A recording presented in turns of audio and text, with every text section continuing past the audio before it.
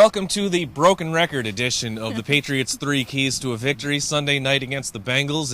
We're not going to get too creative with this one. Once again, for probably the 78th straight week, we're going to start with the protection for Tom Brady against a defensive line that includes Geno Atkins and Carlos Dunlap, knows how to get after the quarterback. They like to pressure the middle of the offensive line. The Patriots have had a revolving door all the way across the line, and they've got to get it fixed quickly against the Bengals. No question about it. I mean, last year the Patriots played the Bengals, and in Cincinnati, first offensive series, Geno Atkins right up the gut, put Brady on his keister, and that set the tone for the game. If that's going to happen again Sunday night, it's all over, folks. They've made changes, as you said, revolving door. I call it musical chairs. They've been putting guys in, putting guys out, moving guys here and there.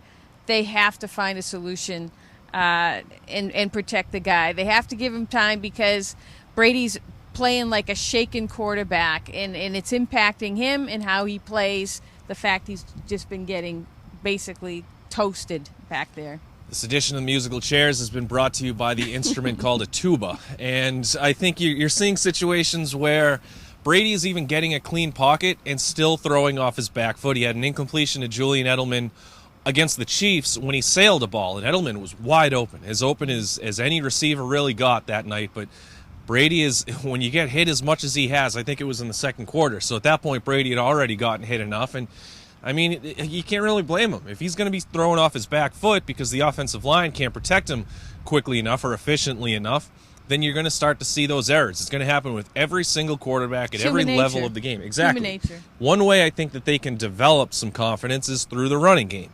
And they need to start. I mean, they've run the ball about 53% of the time in their 2 wins, and I think it's down to about 28% of the time in the 2 losses. It's not because the score has gotten out of hand. They were trailing by multiple scores just for 2 series against the Dolphins. But the way that they came out against the Chiefs, we know it was a blowout early, but they still only called eight runs in their first 27 plays. And at that point, it was only 24-0. Still sort of within reach if they can play the way they know, or we know that they are capable of playing. Well, we saw, I mean, the formula worked in Minnesota. It was boring, but when you have an offensive line that's lacking confidence, that's lacking the ability to protect the quarterback, the best thing you can do is give them some confidence. Have them push forward, and you push forward with a running game. Every single offensive lineman in the history of fat people will tell you that they like to start off by running the ball. It helps them get into a rhythm. I mean, that's just the way that those offensive linemen sort of click, and they develop confidence. You get a guy like and toughness as well. Yeah. It's something that they clearly have been lacking.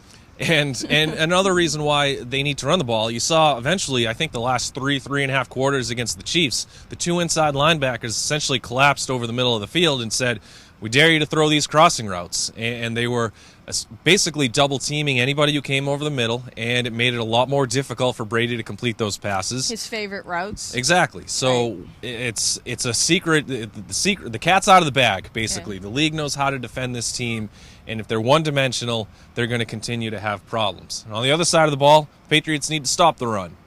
199 yards a game when they've lost, 60 yards a game when they've won. And again, it comes down to winning one-on-one matchups.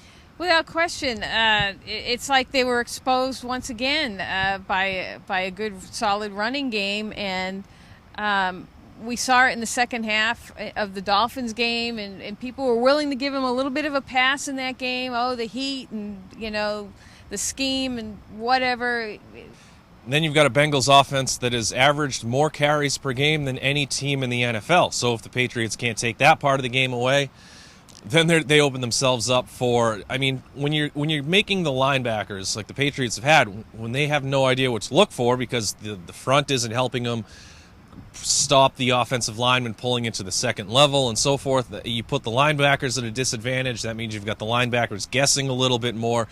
The Chiefs had 11 passing plays of more than 10 yards. So these kinds of things have a trickle-down effect, and then they've got A.J. Green to lob the thing up to.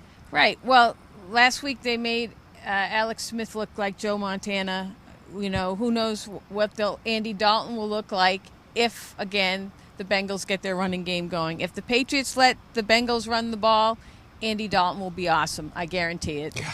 We've had these 3 keys really all in the same order a couple times already this season, and I've gone into games thinking, all right, these are areas where the Patriots can succeed at, they can excel at.